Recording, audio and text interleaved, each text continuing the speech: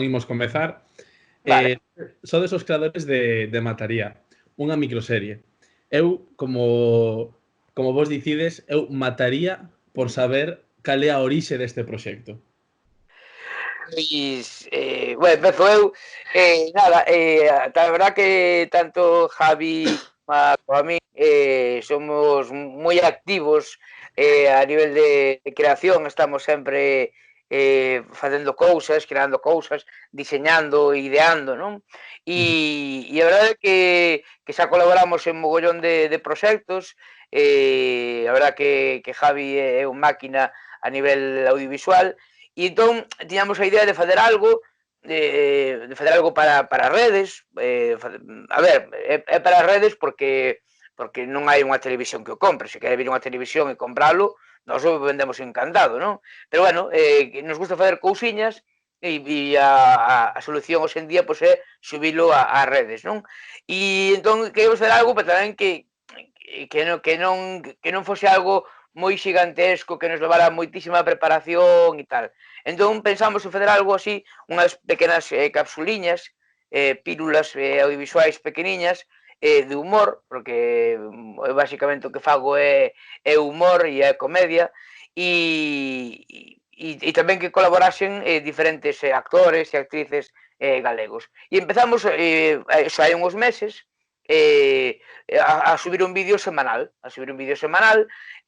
no que eu, é dicir, tamén teño a idea de me tocan moito as bowlings a veces, personajes repugnantiños, non? Pois o que sei, xente que fai ruido cando come, xente que non che colle o móvil pero contesta o WhatsApp, xente que ahora están cos directos e venga directos, sabes, sin que ninguén yo pida, eu que sei.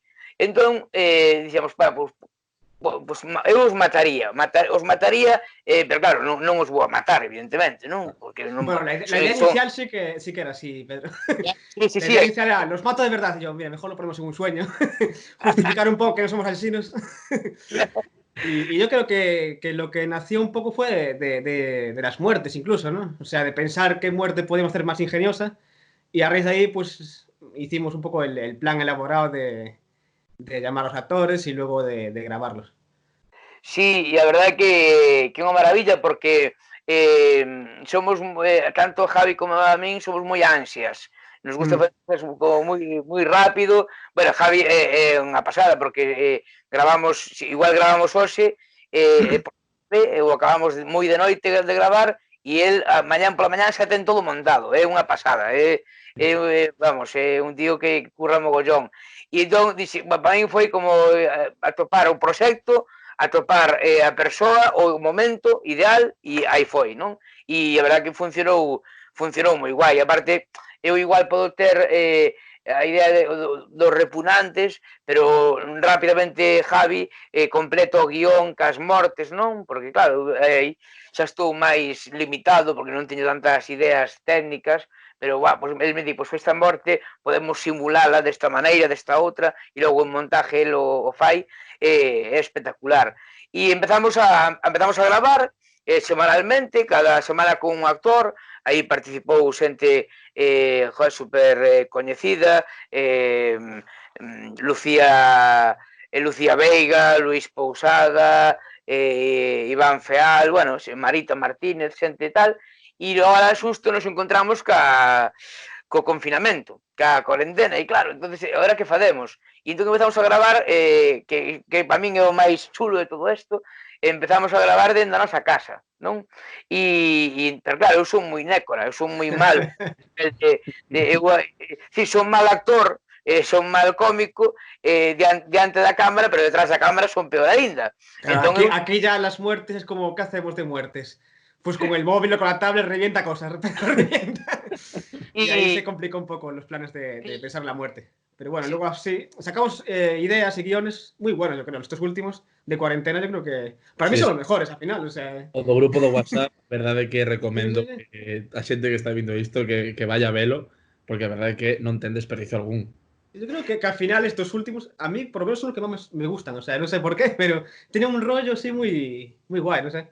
Sí, aparte, e a mí o que me alucina de todo isto é o proceso, porque, claro, nos grabamos cada un dende a nosa casa, pero, por exemplo, a min Javi me dirige por WhatsApp. Me Mira, dirige mira, ¿cómo dirijo yo a Pedro? Con dibujos, con dibujos. me dibuja os planos para que eu os faga na cámara, pero claro, ainda despois calquera persona con dous dedos de frente con esos dibujos xa o faría, pero eu ainda cando estou xa para gravar chamo a Javi e lle mando un vídeo por WhatsApp de é así o plano ou é porque malo, son moi malo colocando a cámara e tal, ¿no? Y yo, E abre un poco más el plano, abre un poco más el plano. Y Pedro otra vez, venga, va, así, así. un proceso que descubrimos a raíz das circunstancias e é laborioso, pero é unha gozada e logo a verdad que Javi ten unha capacidade moi grande para montaxe, porque a veces lle mando planos que, bueno, a ver que fai con esto Con los tubos e digitales al final arreglas mucho. verdad que eso, que a montaxe ten unha destreza brutal. É dicir, se alguén de alguna produtora está vendo isto, por favor, tedes aí a un auténtico fiera porque é un home Soy el moi director de WhatsApp. Soy director de WhatsApp. Por WhatsApp soy muy buen director. Luego ya.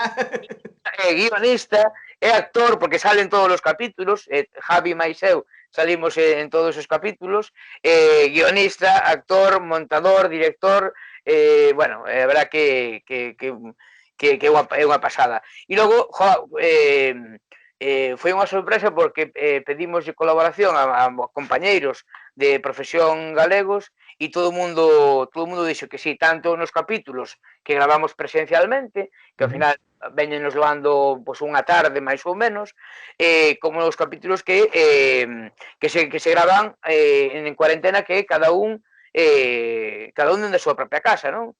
Que tamén é un esforzo, porque hai que explicar, teñen que facelo.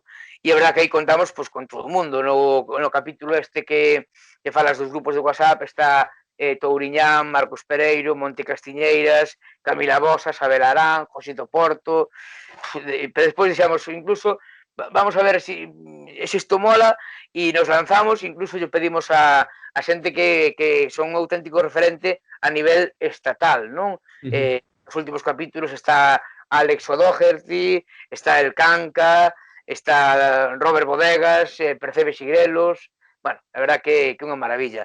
E a verdad que todo o mundo que lle pedimos está colaborando e nada, despois, a ver, eu sí que boto de menos a grabación presencial. Por que? Porque para min é moito eu disfruto.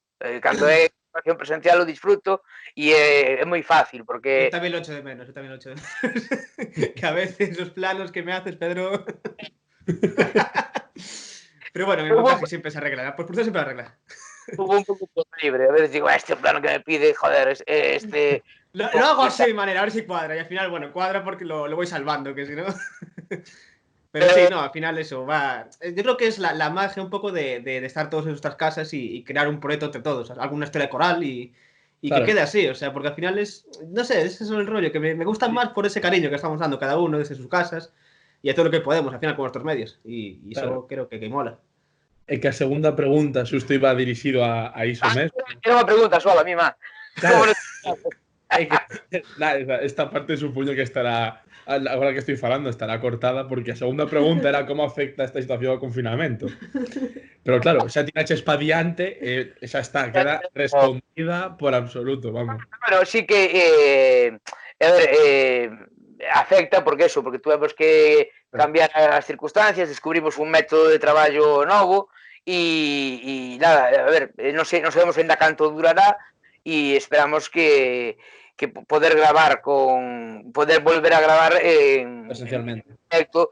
Pero bueno, sí que para algunha cousa e, por exemplo, chegar a certas persoas que presencialmente non poderíamos chegar, porque eu seguramente para pedirlle a xente que está en Madrid, a Sergio Pazos, a Robert Bodegas, a Percebe Sigrelos ou a Alex O'Doherty que colaborasen con nós, se fóramos presencialmente sería complicado, teríamos que irnos a Madrid ou tal. En cambio así, pois mira, pois todo o mundo o fixo, todo o mundo colaborou E bueno, tamén afecta na temática, non? Os capítulos que estamos subindo estes días, neste confinamento, son vencellados ca temática da propia cuarentena, non? Temos un que falamos dos directos, da proliferación de directos que hai, directos por todas partes, temos o deste domingo que foi de toda esta xente que fala con frases positivas, non? De isto vamos a salir reforzados,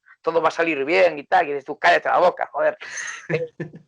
E nada, a ver como vai, a ver en que queda isto, e nada, nos seguiremos grabando, sea como sea.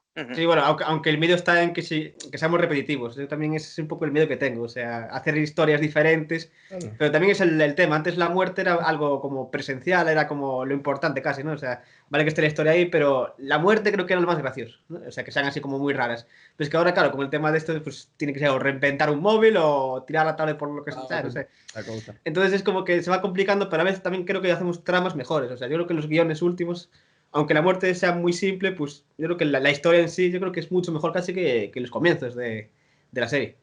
Y eso también es lo bonito. Fuimos aprendiendo un poco también a cómo, ¿sabes?, ir evolucionando y con este rollo de confinamiento, pues llevarlo a un terreno más asequible para todos y hacerlo, ¿sabes? Seguir creando. Eso es lo importante al final. Eu penso que a maxia, o que estás comentando antes, a maxia destes últimos capítulos, penso que está niso, na capacidade de seguir facendo a serie, pero dende a propia casa de cada un, de gravar, que ten supoño que teñe un proceso moito máis complexo de dicir, mira, tens que facer isto ou outro, facer de director por WhatsApp, como dixeches. Sí.